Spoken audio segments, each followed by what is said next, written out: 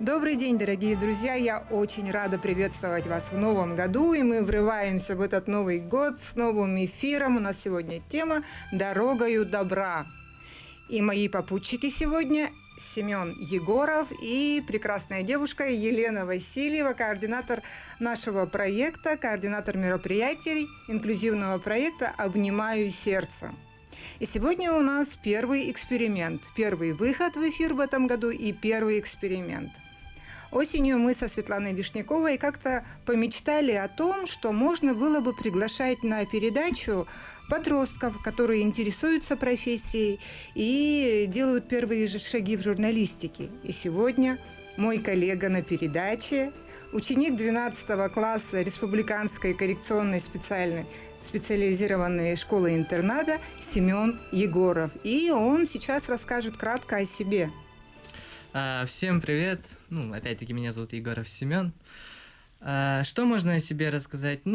Я журналист, занимаюсь этим где-то с 9 класса. Также я, немного увлекаюсь музыкой, всего понемногу.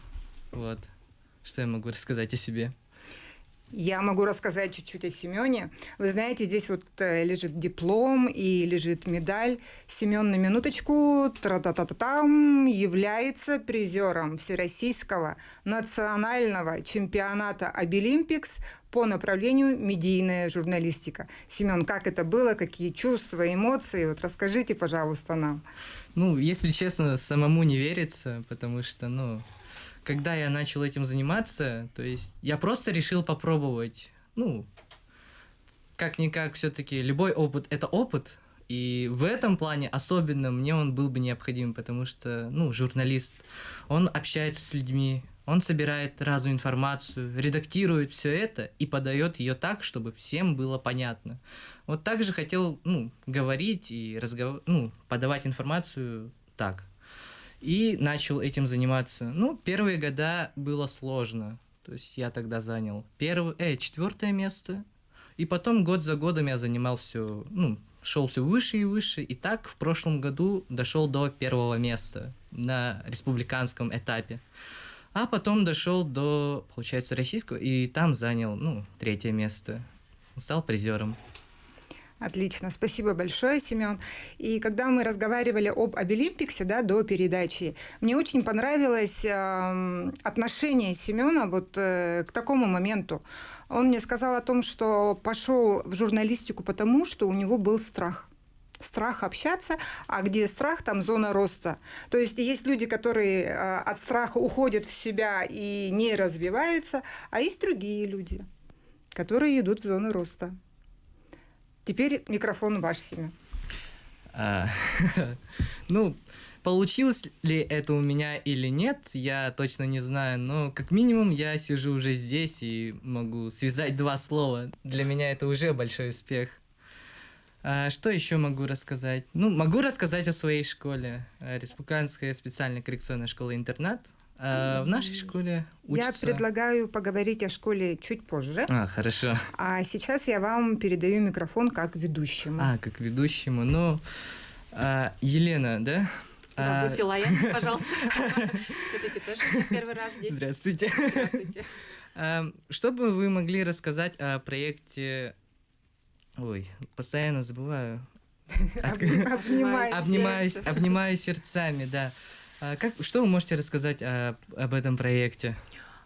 Проект очень замечательный, теплый, инклюзивный и какой-то потрясающий на самом деле, потому что в нашей холодной Якутии такие проекты, мне кажется, они просто жизненно необходимы. Вот моя мама рассказывает, о том, что у северян это в крови, это в природе вообще всегда помогают друг другу. Потому что, например, раньше, если там приходил путник с дороги, его всегда встречали, поили, кормили и, соответственно, отправляли. Это было вот в природе. Я на самом деле тоже думаю так. Я сама в этот проект пришла, получается, осенью 2022 года. Познакомилась с большим количеством людей замечательных, таких же открытых, и, соответственно, благодаря этим людям, благодаря нашему обществу получился такой проект. Вот. Ну, у нас идейным вдохновителем была Анна Александровна, которую все поддержали. И я очень благодарна, что я сама сейчас нахожусь в этом проекте. Мне очень нравится, что этот проект, он сплочает и людей с инвалидностью, да, и обычных, да, людей, что мы все находимся в одной сфере. Допустим, у нас проводятся там мастер-классы, мотивационные семинары. И вот на протяжении, получается, 2022 года мы провели несколько мероприятий достаточно успешно, но я очень надеюсь, что в наступившем году этот проект еще больше раскроется. Хорошо. Пользуясь случаем, я хочу выразить свою благодарность всем, кто поверил, всем, кто доверился. И вы знаете, действительно, я вижу, что случайности не случайны. И этот проект прям прямое доказательство. Да? Очень много маленьких каких-то случайностей происходит внутри проекта. И сейчас он просто сам по себе развивается, сам растет, даже как-то вот неожиданным образом, да, у нас случился такой большой концерт, но, наверное, да. Лена, наверное, расскажите про открытие. Да, про открытие. У нас открытие прошло в октябре 2022 года. Оно у нас прошло на территории смарт-библиотеки. Они нам... Наши основные партнеры. Да, основные партнеры, которые предоставили такое замечательное пространство. В течение нескольких дней мы готовили. То есть там находится несколько зон. Да? То есть первое — это у нас экспозиции, да, которые отведены для слабослышащих, слабовидящих и с людьми с ограниченными возможностями. Да? Второй этап — это у нас коридор ощущений. На самом деле я не думаю, что тут надо много говорить, это надо почувствовать, нужно туда прийти, погрузиться в это. Ну и, соответственно, я дальше уже не буду рассказывать, это будет загадкой небольшой. Вот. На открытии было очень много людей. Это были и ангелы добра, и неравнодушные, которые знали, да, и, соответственно, например, вот правительство, да, нас поддержало, и город Якутск сам непосредственно. Ну вот. Да, открытие было замечательным, очень теплым.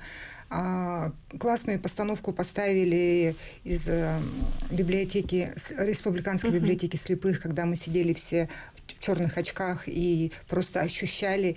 И это был такой классный опыт на уровне чувств, эмоций, да. Что даже хотелось плакать. Был ну, там плакали, да. Я на самом деле тоже заплакала.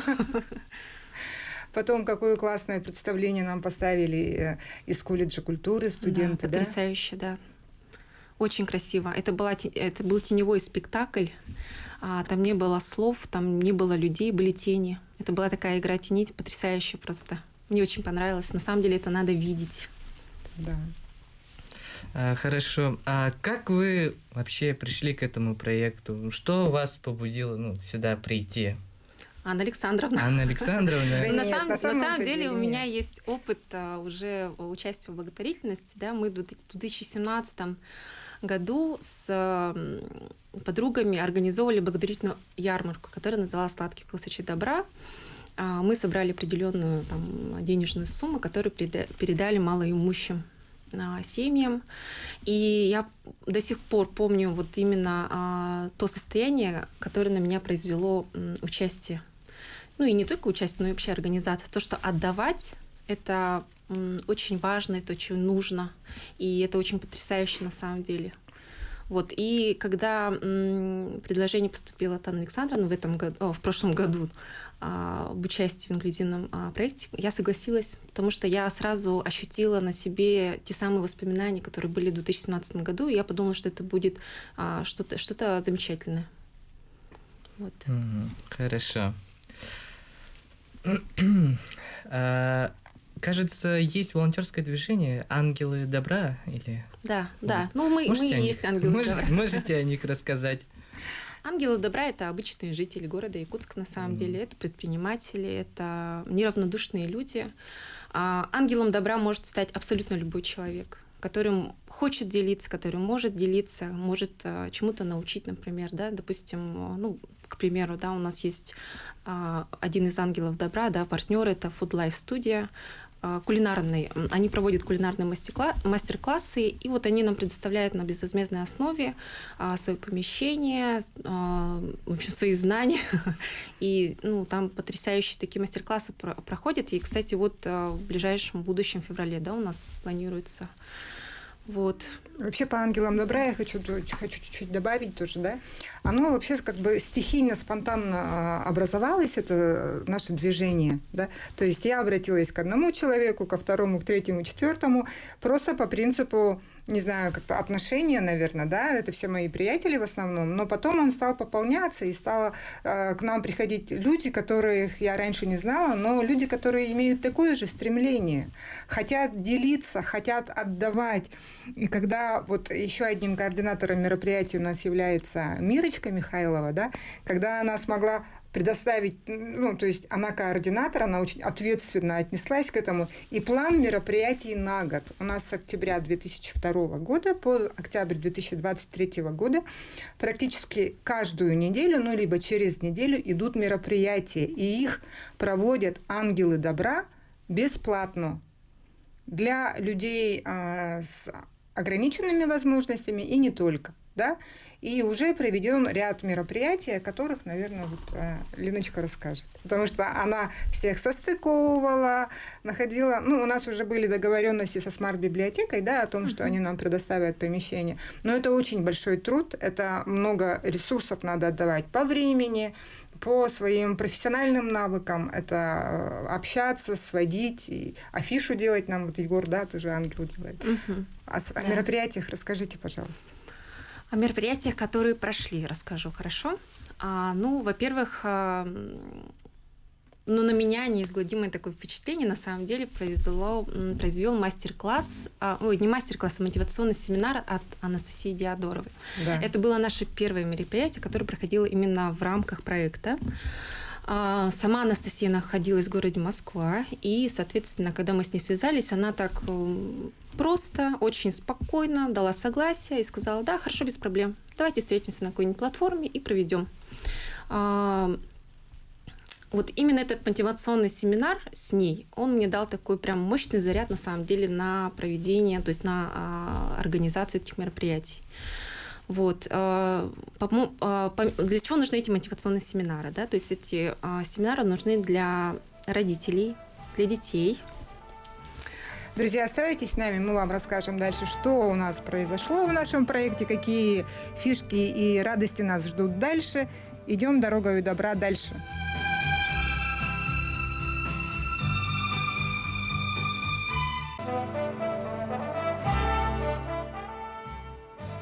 Друзья, спасибо, что вы с нами. Мы идем дорогою добра. Со мной попутчики Семен Егоров и Елена Васильева. Мы говорим о проекте «Обнимаю сердцем», и попутно мы говорим о неслучайных случайностях и как люди объединяются вокруг добра. Елена начинала рассказывать про Анастасию Диадорову, а я хочу напомнить о том, что вы можете нам звонить, пожалуйста, по номерам 32 00 66 и 32 11 66. Мы ждем ваших звонков. Елена, пожалуйста. Да, на самом деле я рада, что реклама нас прервала, потому что я про этот мотивационный семинар Анастасии могу говорить, наверное, очень долго. У нас также в прошлом году прошли такие мастер-классы, вот как кулинарный. Детки в возрасте, по-моему, до 10 лет приходили, готовили пиццу и молочный коктейль. Мне кажется, что это, наверное, очень популярный стол, да, для нынешней молодежи. Вот. Также была канистерапия. Я помню, то есть я, например, столкнулась с канистерапией, если честно, впервые. Я даже не знала, что у нас есть в Якутске. Я даже не знала, что есть такое слово. А что это такое? Да, вот. Это называется терапия с животными, да. То есть там у нас была собака, ее звали Миша. И вот эта Миша, она специально обучена для того, чтобы работать с детьми с особенными возможностями здоровья. Там была небольшая группа, и буквально все дети смогли поработать с собачкой. Вот мы, например, думаем, здоровые там люди, да, или там детки маленькие, о том, что вот можно спокойно покормить собаку. Или, например, там взять поводок и повести ее по прямой. Но оказывается, ну, не всем так легко. Там был ребенок, у которого был страх собак, да, то есть у него какая-то была определенная ситуация, да, в детстве.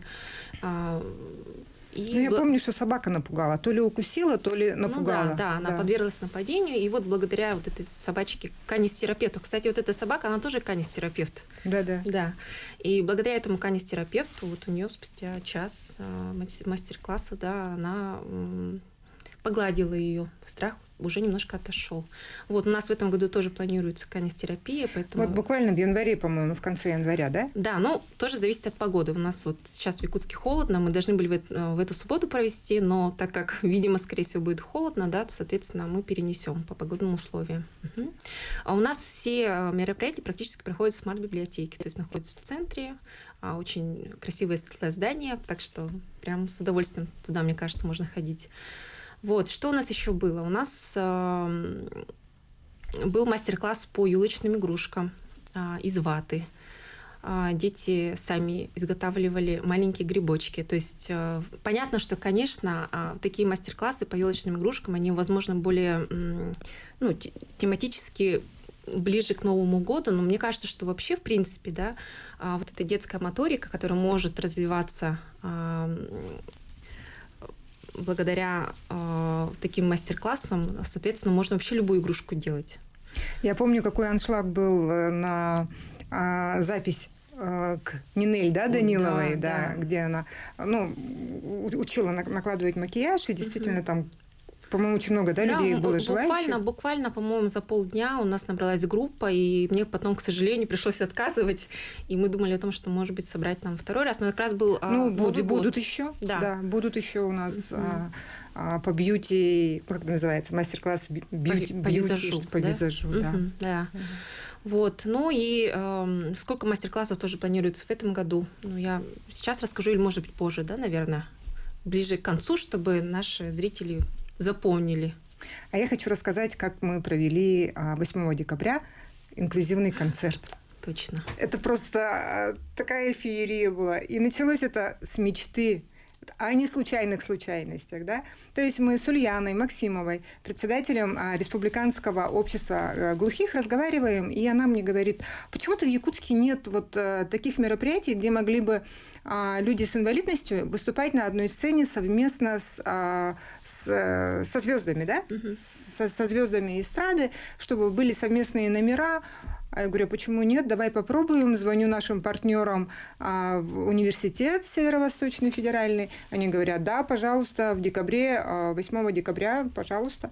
Да, и мы получаем огромный, движовый, классный такой концертный зал. И начинается вот эта вот работа, да, Мария Ларионова, наш режиссер-постановщик, начинает собирать и компоновать номера.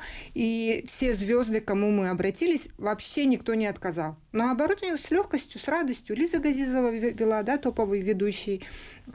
Сахая и Александр Бурнашов являются нашими ангелами добра, они никогда не отказывают, у них большая благотворческая деятельность, благотворительная, наверное, да, я неправильно выразилась, благотворительная деятельность. Джида выступал, Кирилл Матвеев выступал, 200 было участников этого концерта, и такая гамма чувств, вначале как-то слезы, потом такое восхищение и осознание того, что сейчас на данный момент вот в этом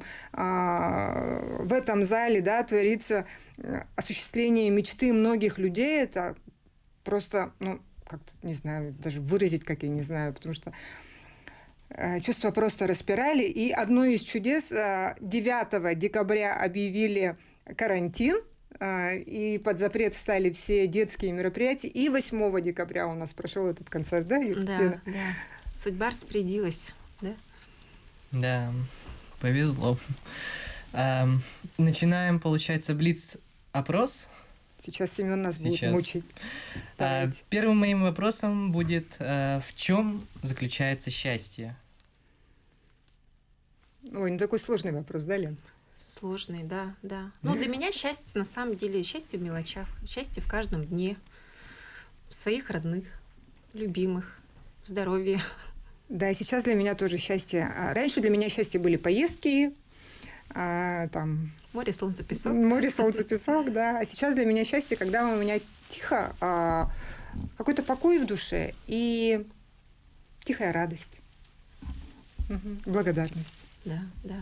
Ну, тут как посмотреть. Для кого-то счастье уже встать с кровати, Да. а кому-то да. А второй вопрос. Что вы не устаете видеть каждый день? Это слишком каверзный вопрос. Или может даже слышать?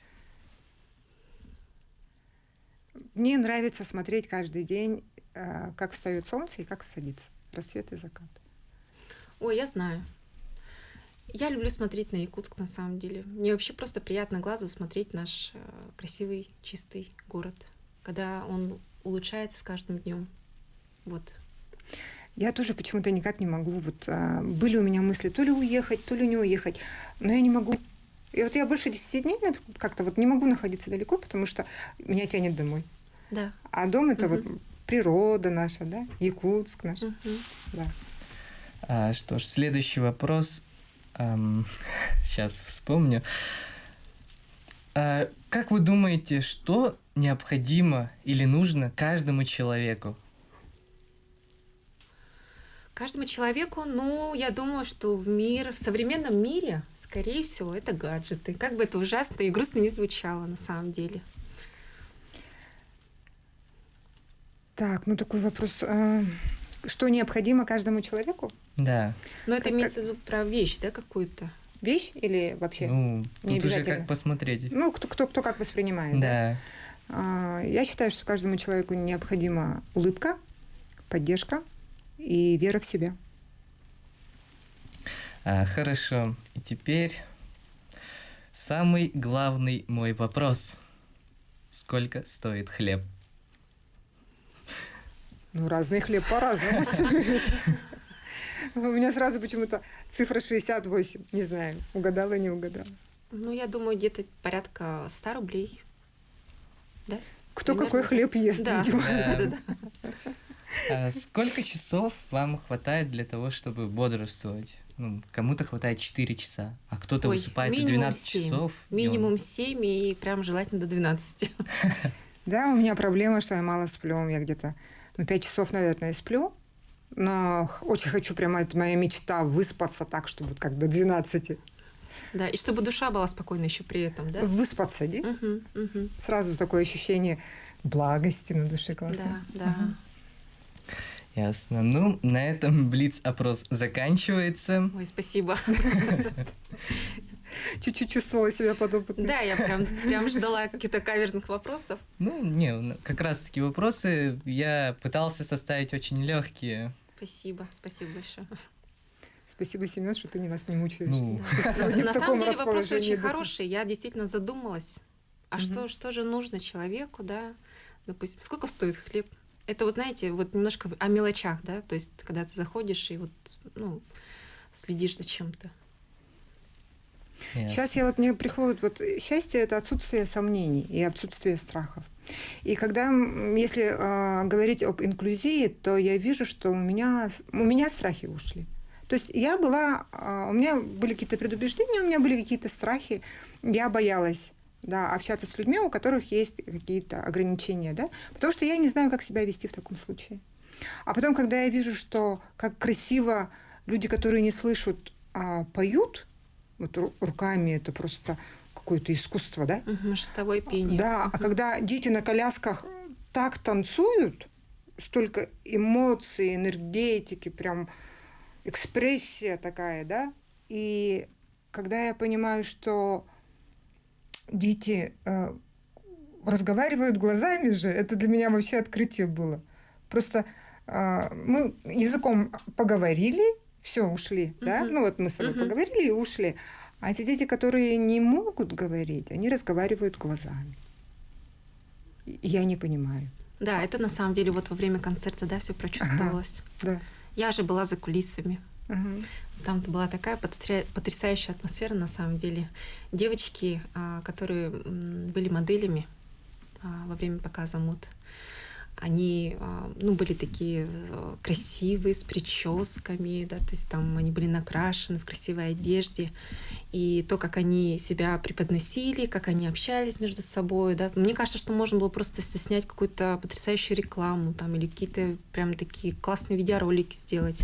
Да мы сто раз уже пожалели же, да, что у нас не было хорошего профессионального репортажа, что мы видео не сняли. Потому что потом же к нам обращались даже из улусов, говорили, что они видели где-то, ну вот в статусах там, да, то есть в Телеграме, в WhatsApp, да, и плакали тоже. Потому что насколько это было потрясающе смотреть, как дети, ой, они просто парили. Да, да. Да, и мы продолжим говорить и о республиканской школе, Семен расскажет, да, и дальше пойдем дорогою добра, оставайтесь с нами.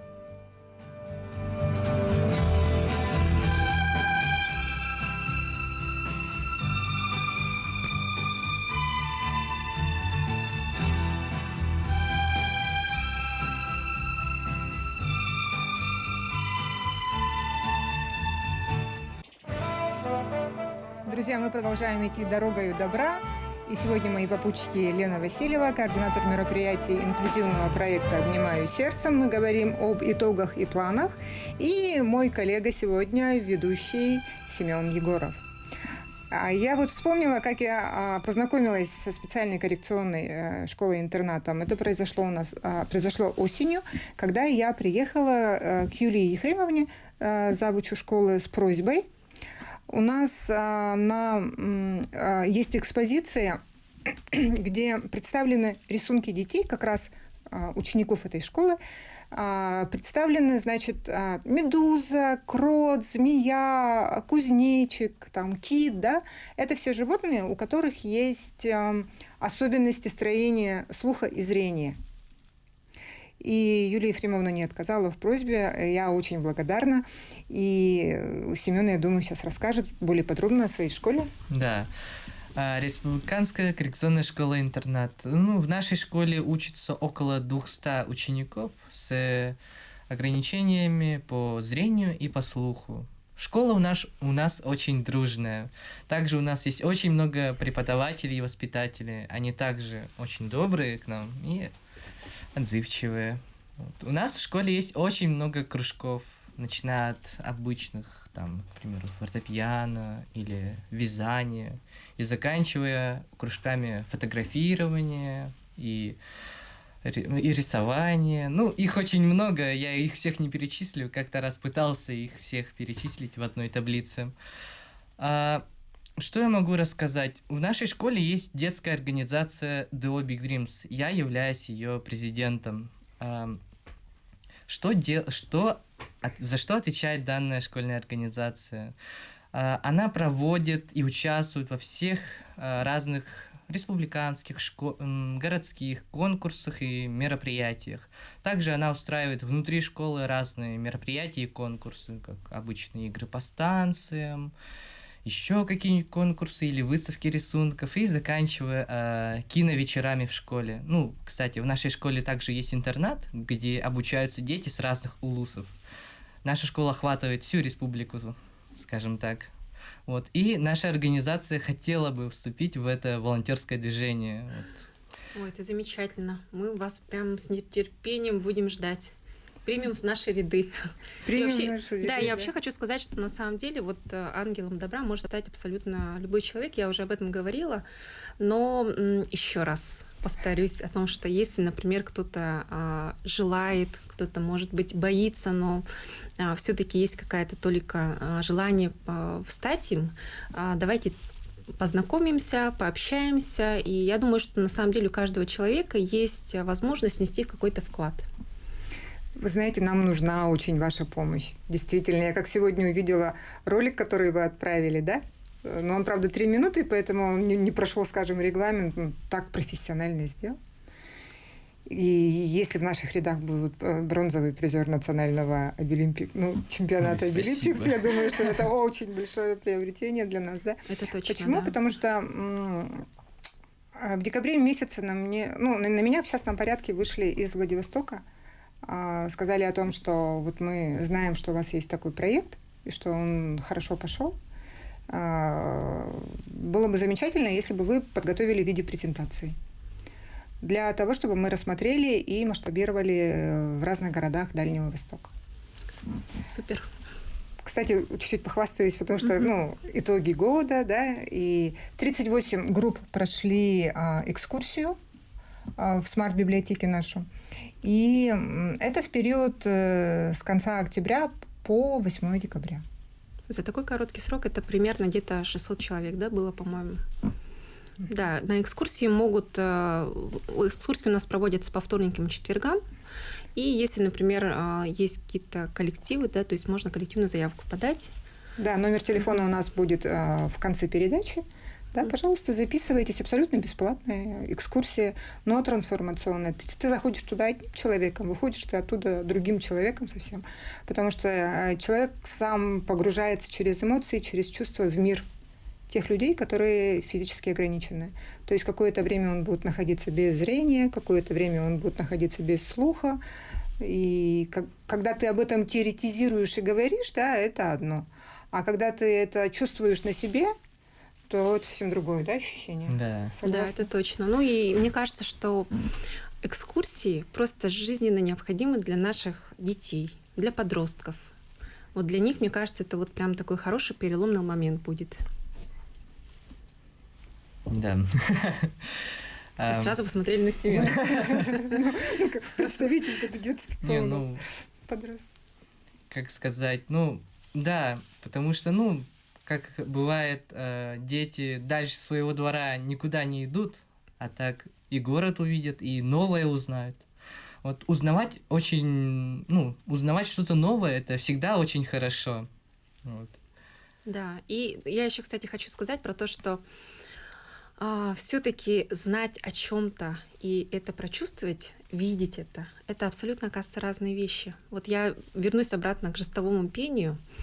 Я понимала, что такое жестовое пение на самом-то деле, да, то есть я это, примерно видела по телевизору какие-то фрагменты, но на концерте у меня прям мурашки по коже. Я не знаю, меня до сих пор, я вспоминаю, меня аж трясет. Это было так красиво. Я подумала, что надо нашим учиться, то есть мимика, вплоть до кончиков пальцев. Мне кажется, что там даже волосы просто там специально как-то ложились. Это было шикарно. А у меня сейчас мурашки от атмосферы, которая сейчас у нас здесь. Потому что мы тут такие сидим тетеньки, и с нами сидит Семен. Мне самому очень страшно. И мы говорим о том, что вот, дети должны проходить через нашу экскурсию. И Семен говорит, нам, как ты сказал, любопытно все узнавать, это все интересно. Любопытно. Да, это здорово же, да? Да, это очень здорово. Тем более сейчас у нас, я опять вернусь про гаджеты. Дети же сидят в компьютерах, в телефонах, и на самом деле их очень сложно как-то из этого Да ладно, дети, у меня продолжение руки этому телефону уже. Да. С нами уже ничего не поделать, но детям можно помочь на самом деле. Надо начать с себя. Надо. Да, согласна. Вот, и поэтому я очень рада, что у нас проект этот случился. Вроде казалось, он как будто из воздуха возник, да? Угу. В апреле месяце вдруг я иду, и вдруг я четко чувствую, что я же вообще не ощущаю, вообще не думаю о том, что как классно-то вот ходить своими ножками и видеть, и слышать, и обнимать своих детей, да? А многие этого лишены. А потом, когда мы стали заниматься этим проектом, я учусь вот этой жажде жизни. Насколько такая стойкость духа, да? Да. Казалось бы, у маленьких этих детишек-то. Такие открытые, честные. Иначе. Есть такая хорошая фраза: «Не умирай, пока живешь». Да, и есть другая фраза: Бог подписывается под словом «случай». Да. Угу. Вот это, по-моему, вот как раз-таки про то, что сейчас происходит.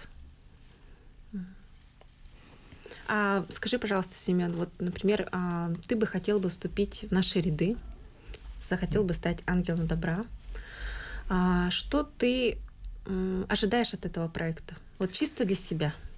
Чисто для себя, опять-таки, так как мне сложно общаться с людьми, Да, ну.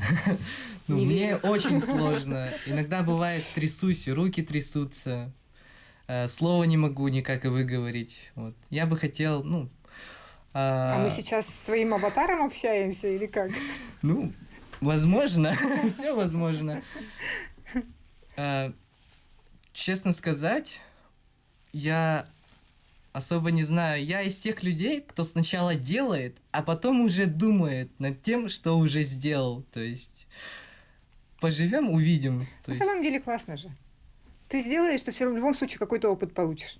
Ну да, да. В любом случае, как минимум, прокачать свои навыки общения. А мы что делаем? Мы долго гоняем в голове же, да? Да. Мы думаем, Мусолим, говорим, обсуждаем, и потом только, да. Ну, здорово. На самом деле, я очень рада, что такой, как Семен, присоединится к нам. Я очень надеюсь, что ты много людей приведешь за собой. ну, посмотрим. Потому что наша мечта, чтобы общество состояло из людей, которые совместно созидают и творят.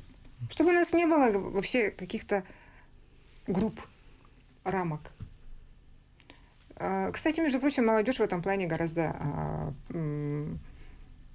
осознаннее, продвинутее, что ли. Я своей дочери, например, спрашиваю, что ты испытываешь, если ты видишь, что человек